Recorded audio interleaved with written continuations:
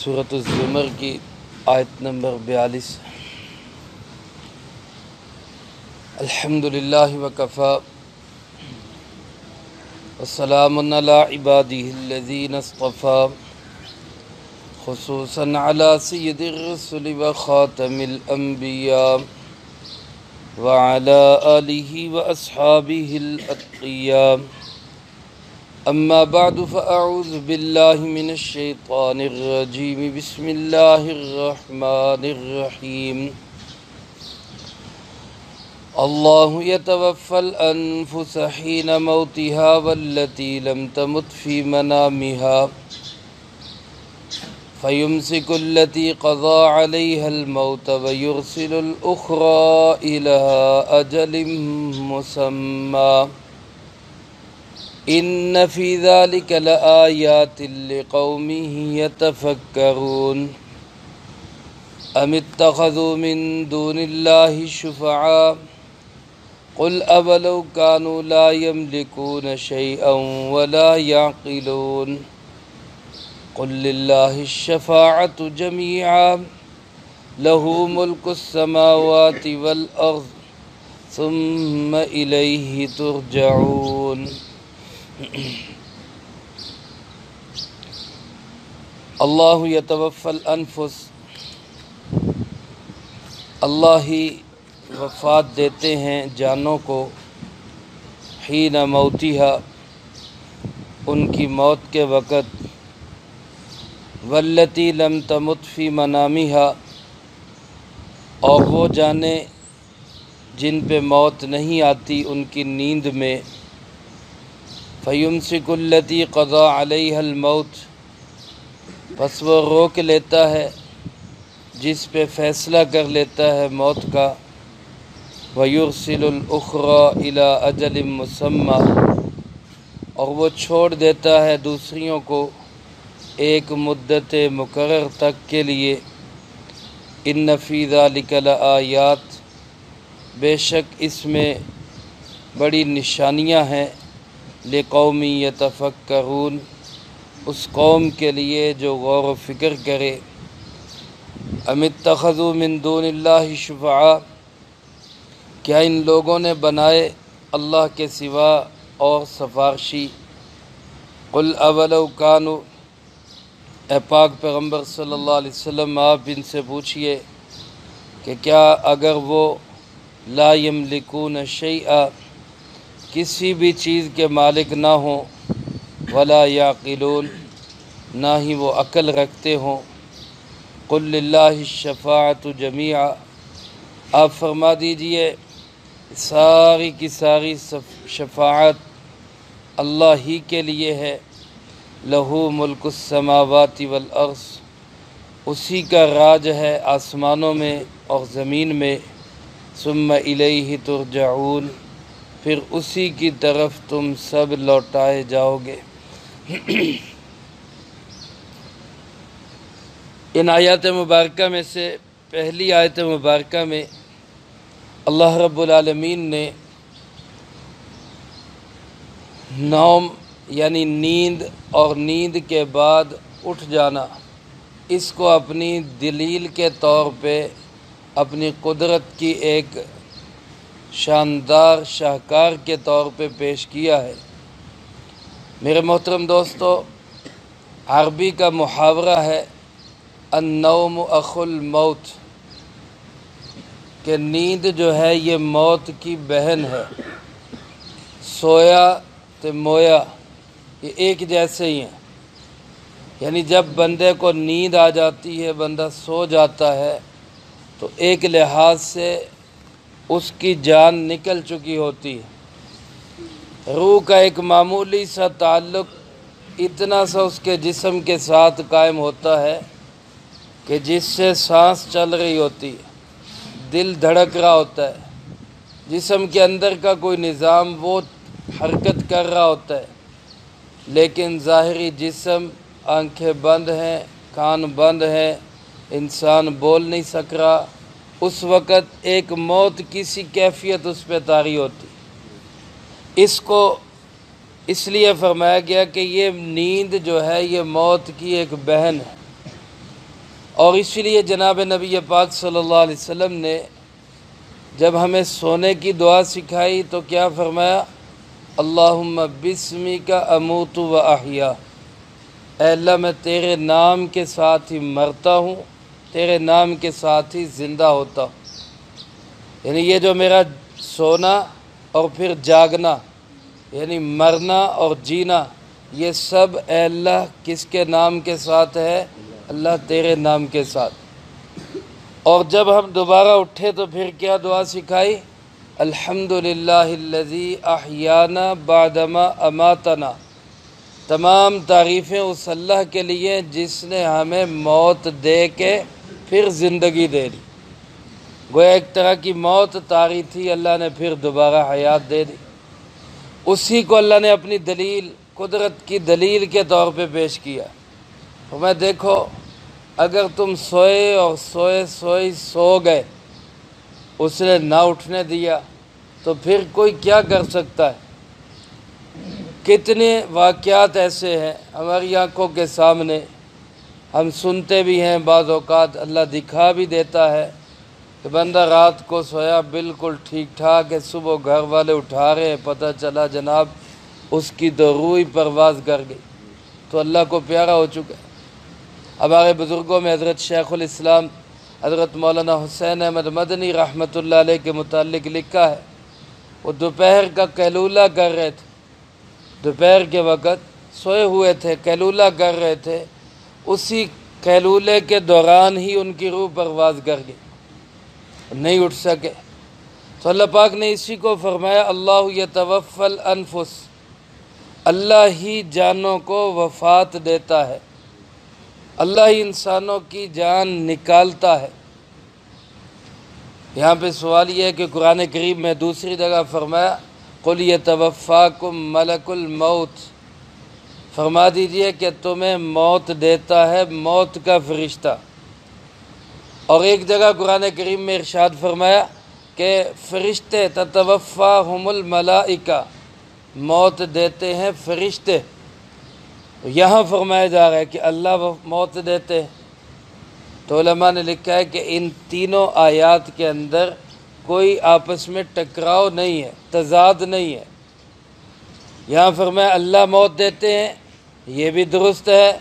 جہاں فرمایا ملک الموت یعنی اسرائیل علیہ السلام موت دیتے ہیں، یہ بھی درست ہے۔ اور جہاں فرمایا فرشتے موت دیتے ہیں، وہ بھی درست ہے۔ اب یہ کیسے درست ہے؟ تو اس کا جواب علماء نے یہ لکھا ہے کہ اللہ موت دیتے ہیں یعنی موت کا حکم کس کی طرف سے آتا ہے؟ اللہ کی طرف سے آتا ہے، کیونکہ ملک الموت حضرت اسرائیل علیہ السلام اللہ کے حکم کے بغیر ایک مچھر کی بھی جان نہیں نکال سکتے۔ انہوں نے جب بھی کسی کی جان نکالنی تو کس کے حکم سے؟ تو اصل میں جان نکالنے کا حکم کہاں سے آتا ہے؟ اللہ۔ اور پھر جان نکالتے ہیں اسرائیل علیہ السلام جو موت کے فرشتے ہیں، ملک الموت۔ لیکن چونکہ یہ اکیلے نہیں ہوتے، ان کے ساتھ اور بھی فرشتے ہوتے ہیں۔ حدیث پاک میں آتا ہے رسول اللہ صلی اللہ علیہ وسلم نے ارشاد فرمایا، اس کا مفہوم یوں ہے کہ جب اللہ پاک اسرائیل علیہ السلام کو بھیجتے ہیں کسی بھی انسان کی روح قبض کرنے کے لیے، تو ان کے ساتھ 500 فرشتے آتے ہیں۔ کتنے فرشتے آتے ہیں ان کے ساتھ؟ 500۔ اگر وہ انسان نیک ہے، فرما بردار ہے، اللہ کو راضی کرنے والا ہے، رسول اللہ صلی اللہ علیہ وسلم کے احکامات کے مطابق، طریقوں کے مطابق زندگی گزارنے والا ہے، تو ہر فرشتے کے ہاتھ میں جنت کی ایک نئی خوشخبری ہوتی ہے۔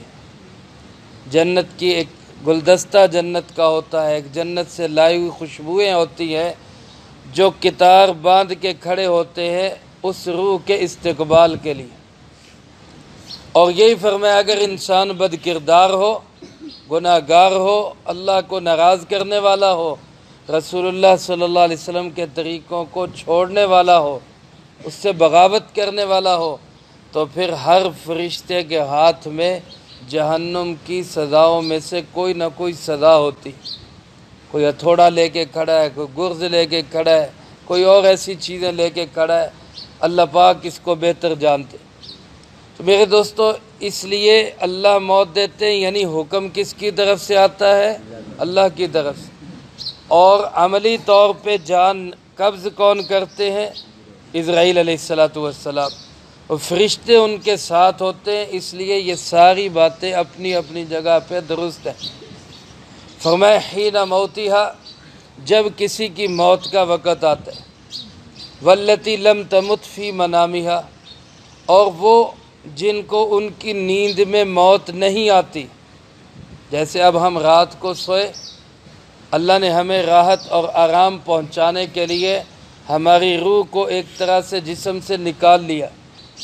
علماء نے لکھا ہے کہ اگر سوئے ہونے کی حالت میں روح جسم سے جدا نہ ہو تو پھر انسان کو آرام نہ ملے، کیونکہ جب روح جسم سے جدا ہوتی ہے تو بدن ڈھیلا ہو جاتا ہے، عضلات اور پٹھے جو ہیں یہ بے جان ہو جاتے ہیں، اور جب یہ بے جان ہوتے ہیں تو پھر انسان کے جسم کو سکون ملتا ہے۔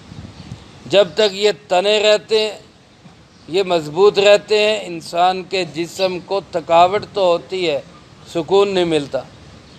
جب انسان تھکا ہوا ہو اور تھوڑی دیر کے لیے آنکھیں بند کر کے جسم کو ڈھیلا چھوڑے تو اس کو سکون محسوس ہوتا ہے۔ تو انسان کے جسم کو سکون پہنچانے کے لیے اللہ پاک اس کی روح کو ایک لحاظ سے باہر نکال لیتے، لیکن اس کا تعلق بھی جڑا رہتا ہے۔ اس لیے کوئی ڈاکٹر یہ نہیں کہہ سکتا کہ یہ مر گیا ہے، وہ کہے گا سانس چل رہی ہے، دل دھڑک رہا ہے، جسم کام کر رہا ہے، جسم کے اندر حرارت ہے، لہذا یہ مرا نہیں، یہ زندہ ہے۔ ایک لحاظ سے روح نکل گئی، لیکن روح کا تعلق جسم کے ساتھ اب بھی باقی ہوتا ہے۔ جیسے یہ سورج اس زمین کے خلا سے بہت دور ہے، کروڑوں میل دور ہے، لیکن اس کا اس زمین کے ساتھ اتنا گہرا تعلق ہے کہ سورج نکلتا ہے تو پوری زمین میں حرارت پیدا ہو جاتی، روشنی پیدا ہو جاتی۔ اسی طرح ایک لاٹ اور ایک روشنی کی کرن اور ایک کنیکشن اس روح کا اس بدن کے ساتھ جڑا رہتا ہے، لیکن جس کی موت آئی ہوتی ہے اس کا وہ کنیکشن بھی اللہ ختم کر دیتے۔ فرمایا فَيُمْسِكُ الَّتِي قَضَىٰ عَلَيْهَا الْمَوْتِ، جس کے لیے اللہ نے موت کا فیصلہ کر لیا ہوتا ہے، اس کی روح کو تو اللہ وہیں روک لیتے کہ تو نے اب واپس نہیں جانا، اس کا کنیکشن بھی کٹ جاتا ہے۔ وَيُرْسِلُ الْأُخْرَىٰ، اور جس کی موت کا فیصلہ نہیں ہوا ہوتا ان کو اللہ چھوڑ دیتے ہیں کہ جاؤ پھر چلی جاؤ، وہ پھر دوبارہ جسم کے اندر آ جاتی ہیں، لیکن کب تک؟ ہمیشہ ہمیشہ کے لیے نہیں، اِلیٰ اَجَلٍ مُّسَمًّى، ایک مدت تک جو طے شدہ ہے، اللہ کے ہاں طے ہے، مقرر ہے، اور جب وہ مدت آئے گی تو پھر اس سے لا یستأخرون ولا یستقدمون، نہ ایک لمحے کی تقدیم ہوگی نہ تاخیر ہوگی، ایک سیکنڈ آگے پیچھے نہیں ہوگا، عین اسی وقت میں جان نکلے گی۔ اللہ پاک فرماتے ہیں اب اس بات پہ اگر کوئی غور کر لے، یہ جو حیات اور موت کا نظام ہے، یہ جو نیند اور بیدار ہونے کا نظام ہے، اگر انسان اسی پہ غور کرے تو ان فی ذالک لآیات، اس میں بھی بڑی بڑی اللہ کی قدرت کی نشانیاں، لقوم یتفکرون، لیکن ان کے لیے جو اس میں غور و فکر کریں۔ اگر ہم اسی پہ غور کر لیں کہ ہم اللہ کی قدرت کے بغیر ہم اٹھ بھی نہیں سکتے، کیوں اللہ کے چاہنے کے بغیر کوئی اٹھ سکتا ہے؟ تو یہ جو بڑے بڑے فن خواں بنے پھرتے ہیں کہ میں یوں کر دوں گا اور میں وہ کر دوں گا، یہ ساری کمزور باتیں ہیں۔ اللہ کے حکم کے بغیر کوئی کچھ بھی نہیں کر سکتا، اٹھ نہیں سکتا، کسی اور نے کرنا کیا؟ اللہ کے حکم کے بغیر کوئی آنکھ نہیں کھول سکتا۔ رات کو سویا ہوا بعض اوقات بندہ کہتا ہے میں سویا مجھے پتہ ہی نہیں چلا، اب رات کو ایک دھماکے سے بجلی بند ہوئی ہے، کئیوں کو پتہ ہی نہیں چلا ہوگا، صبح اٹھ کے دیکھا ہوگا، ساری رات اسی لائٹ بند میں پڑے رہے، صبح اٹھ کے دیکھا تو وہ تو بریکر ہی گرے ہوئے تھے، اور وہ چلائے ہیں تو لائٹ چل گئی، نہیں پتہ لگنے دیا اس نے تو نہیں پتہ۔ وہ کہتے تمہارے کرنے سے کیا ہوتا ہے، یہ سب کچھ کس کے چاہنے سے ہوتا ہے؟ اللہ کے چاہنے سے۔ اب اللہ پاک سوال کرتے ام اتخذوا من دون اللہ شفعاء، ان لوگوں نے اللہ کے علاوہ اوروں کو سفارشی بنا لیا، یہ سمجھتے ہیں کہ کوئی اور سفارش کرے گا، کوئی اور ہمیں بچائے گا۔ اللہ پاک نے فرمایا میرے محبوب ذرا ان سے پوچھئے جن کو یہ سفارشی بنا رہے، کسی نے بت کو سفارشی بنا لیا، کسی نے فرشتے کو سفارشی بنا لیا، کسی نے کسی انسان کو سفارشی بنا لیا، کوئی سمجھتا ہے فلاں ہمیں بچا لے گا، کوئی سمجھتا ہے فلاں ہمیں بچا لے گا۔ اللہ پاک کہتے ہیں میرے محبوب آپ ان سے سوال کریں کہ لا یملکون شیئا، کہ اگر یہ کسی بھی چیز کے مالک نہ ہو، ایک شے یعنی ایک ذرے کے بھی مالک نہ ہو، اور دوسری بات یہ کہ لا یعقلون، ان کے اندر عقل بھی نہ ہو، تو کیا پھر بھی یہ بچا لیں گے؟ اب یہ پتھر کے مجسمے ہیں، وہ کس چیز کے مالک ہیں؟ یہ جو مورتیاں، یہ شکلیں، یہ تصویریں ہیں، مجسمے ہیں، یہ کیا اختیارات رکھتے ہیں؟ اختیار تو دور کی بات، ان کے اندر تو عقل بھی نہیں ہے، تو کیا یہ سفارش کر لیں گے؟ میرے محترم دوستو، اللہ کی بارگاہ میں سفارش ہوگی، اس میں کوئی شک نہیں، سفارش ہوگی۔ انبیاء علیہ السلام بھی سفارش کریں گے۔ یہ جو ماشاءاللہ حفاظ کرام ہیں، چھوٹے چھوٹے معصوم بچے جن کے سینوں میں اللہ قرآن محفوظ کر دیتا ہے، ان حافظوں کو اللہ اختیار دے گا 10 آدمیوں کی سفارش کرنے کا۔ حاجیوں کو اختیار ہوگا، علماء کو اختیار ہوگا، یہ سفارشوں کا کوٹا ملے گا۔ جیسے وزیروں کو کوٹا ملتا ہے نا، حاجیوں کا کوٹا، نوکریوں کا کوٹا، فلاں فلاں، ان لوگوں کو اللہ کی بارگاہ میں سفارشوں کا کوٹا ملے گا، لیکن اس کے لیے 2 شرطیں ہیں۔ پہلی شرط یہ کہ سفارش کرنے والا بھی تو کسی قابل ہو، سفارش کرنے والے کے اندر بھی تو کوئی اہلیت ہو، اور دوسری شرط یہ کہ جس کی سفارش کی جا رہی وہ بھی تو قابل مغفرت ہو، وہ بھی تو بخشے جانے کے لائق ہو۔ اب اگر سفارش کرنے والا ہی نااہل اور اس کے اندر کوئی صلاحیت ہی نہیں، وہ مجسمہ ہے، وہ پتھر کا بت ہے، وہ کوئی ایسا انسان ہے جو اللہ کے ہاں مقبول ہی نہیں ہے، وہ اللہ کے پسندیدہ ہی نہیں ہے، تو وہ کیسے سفارش کرے گا؟ اور دوسری بات یہ کہ جس کی وہ سفارش کر رہا ہے اس کے اندر ایمان ہی نہیں ہے، ایمان کے بغیر تو کوئی کسی کی سفارش کر ہی نہیں سکے گا۔ تو یہ دونوں شرطیں پائی جائیں گی تو سفارش ہو سکے گی، اور اگر یہ دونوں شرطیں نہیں ہیں تو کوئی کسی کی سفارش یا شفاعت نہیں کر سکے گا۔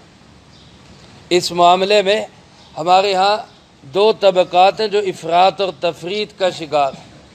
ایک طبقہ تو ایسا ہے کہ جو اللہ کی سفارشوں کو جو ہے نا ایسے ہی بانٹتا پھر رہا ہے، کوئی ننگ دڑانگ ملنگ جو ہے وہ اٹھ کھڑا ہو کہتے جی انہیں بھی سانو بچا لینا، انہیں بھی سانو بچا لینا، چاہے اس کی زندگی میں نماز نہیں ہے، سنت نہیں ہے، اس کی زندگی میں اعمال نہیں ہے، وہ اللہ کا محبوب بندہ نہیں ہے، وہ کیسے سفارش کر سکے گا؟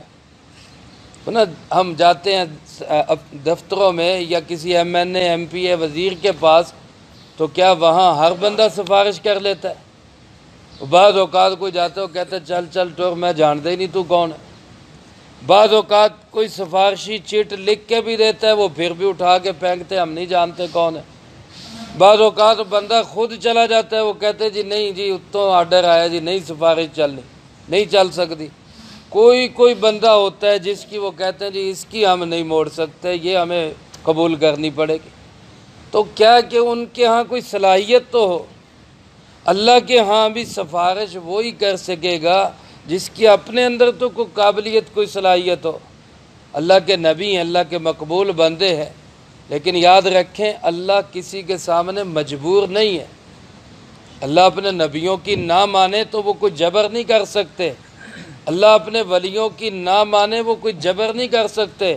اللہ جابر ہے، اللہ مجبور نہیں ہے۔ اللہ کی بات سب کو ماننی پڑتی ہے، اللہ کسی کی بات ماننے کے لیے مجبور نہیں ہے۔ ہاں اللہ کے نبی، ولی، غوث، کتب، ابدال، علماء، حفاظ، شہید، یہ سفارش اسی کی کریں گے جس کے متعلق اللہ اجازت دے گا کہ ٹھیک ہے ان کی سفارش کرو۔ اب جن کی سفارش ہوگی وہ قابل مغفرت ہوں، یعنی ان کے اندر ایمان ہو۔ اگر ایمان ہی نہیں ہے تو پھر کوئی نبی، کوئی ولی، کوئی عالم، کوئی حافظ وہ کسی کی سفارش نہیں کر سکتے۔ کچھ لوگ تو ایسے سفارشیں بانٹتے پھر رہے ہیں، ہر ایک کو کہتے ہیں یہ بھی کرے گا، یہ بھی کرے گا، یہ بھی کرے گا، اور کچھ دوسری طرف انتہا پسندی کا شکار ہو گئے، وہ سرے سے انکار ہی کر رہے ہیں کہ کوئی کر ہی نہیں سکتا۔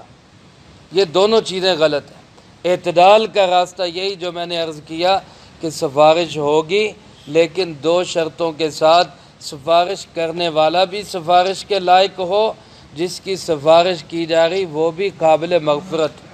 اگر یہ مسئلہ سمجھ میں آ جائے تو پھر سفارش کے مسئلے پہ کوئی اعتراض اور اشکال نہیں رہے گا۔ اب یہ یہودیوں اور عیسائیوں والا عقیدہ ہے جو کہتے ہیں کہ جی ہمارے نبی ہمیں بچا ہی لیں گے چاہے کچھ بھی ہو جائے، ہمارے نبی ہمیں بچا لیں گے۔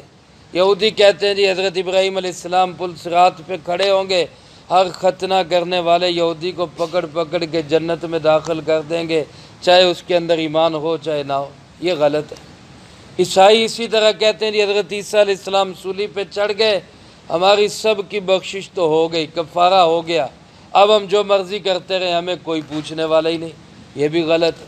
اگر ایسا کوئی عقیدہ رسول اللہ صلی اللہ علیہ وسلم کے متعلق رکھتا ہے کہ ہم چاہے جو مرضی کرتے رہیں، ایمان بھی ہو چاہے نہ ہو، آپ ہمیں بخشوا ہی لیں گے، جیسا کہ بہت سارے لوگ سمجھتے ہیں جی بس آپ کی امت میں آ گئے تو ہم تو پکے بخشائے، ایسی بات نہیں ہے، یہ غلط ہے۔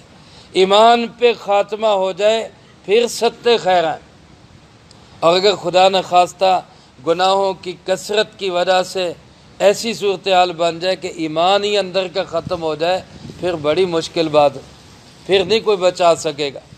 اس لیے دونوں چیزوں کو سمجھنے کی ضرورت ہے۔ اللہ پاک نے اسی کے لیے فرمایا، آپ فرما دیجئے للہ الشفاعت جمیعا، ساری کی ساری شفاعت کا اصل مالک کون ہے؟ وہ اللہ ہے۔ اللہ اختیار دے گا، کوٹا دے گا، لیکن جو اس قابل ہوگا اسی کو ملے گا، اور انہی کے حق میں ملے گا جو شفاعت کے قابل بھی ہوں گے۔ کیوں کہ لہو ملک السماوات والارض، آسمان و زمینوں پہ راج صرف کس کا ہے؟ اللہ پاک کا۔ اس کے اس راج میں کوئی شریک نہیں ہے، بلا شرکت غیر مالک ہے۔ ہم جاتے ہیں نا پلاٹ رجسٹری وغیرہ کروانے تو وہ کیا لکھتے ہیں جی بلا شرکت، اس میں کسی اور کی شرکت نہیں، میں اکیلا مالک ہوں۔ میرے آپ کے ملکیت تو اکیلے کی ہو نہیں سکتی، اللہ حقیقی مالک ہے۔ اللہ کی ملکیت زمینوں میں آسمانوں میں ایسی ہے کہ اللہ کی ملکیت کے اندر کوئی بھی ساجی اور شریک نہیں ہے۔ اللہ پاک فرماتے ہیں اب بھی میں ہی مالک ہوں، اب بھی میری ملکیت ہے۔ عارضی طور پہ کسی کو مل بھی جائے تو آخر کار کیا ہوگا؟ ثم الیہ ترجعون، سب نے واپس کس کے پاس جانا ہے؟ اللہ ہی کے پاس جانا ہے۔ یہ زمین و آسمان پہ چھوٹے چھوٹے چودھری، نواب، وڈیرے، وزیر، مشیر، صدر، یہ جتنے بھی ہوں آخر کار انہوں نے بھی جانا ہے۔ ان کی ساری حکومتیں، ملکیتیں، زمینیں بھی سب کس کے پاس جائیں گی؟ اللہ ہی کے پاس جائیں گی۔ اس لیے میرے محترم دوستو، اپنی زندگی کو درست کرنے کی ضرورت ہے۔ اپنا عقیدہ وہ بنائیں جو قرآن و سنت نے بتایا، اپنے اعمال وہ بنائیں جو اللہ اور اس کے محبوب صلی اللہ علیہ وسلم نے بتائے، اپنے اخلاق جناب نبی پاک صلی اللہ علیہ وسلم والے اخلاق بنائیں، اپنے معاملات کو بالکل کلیئر اور صاف شفاف رکھیں۔ اسی میں ہماری نجات ہے، اسی میں ہماری بخشش ہے۔ اللہ مجھے آپ کو سب کو اس پہ عمل کی توفیق نصیب فرمائے، جو کہا سنا اس کو زندگی میں لا کے دوسروں تک پہنچانے کی توفیق عطا فرمائے۔ اللہم لک الحمد کما ینبغی لجلال وجہک وعظیم سلطانک، اللہم لا احصی ثناء علیک انت کما اثنیت علی نفسک، اللہم لک الحمد کما انت اہلہ صلی علی محمد کما انت اہلہ وافعل بنا ما انت اہلہ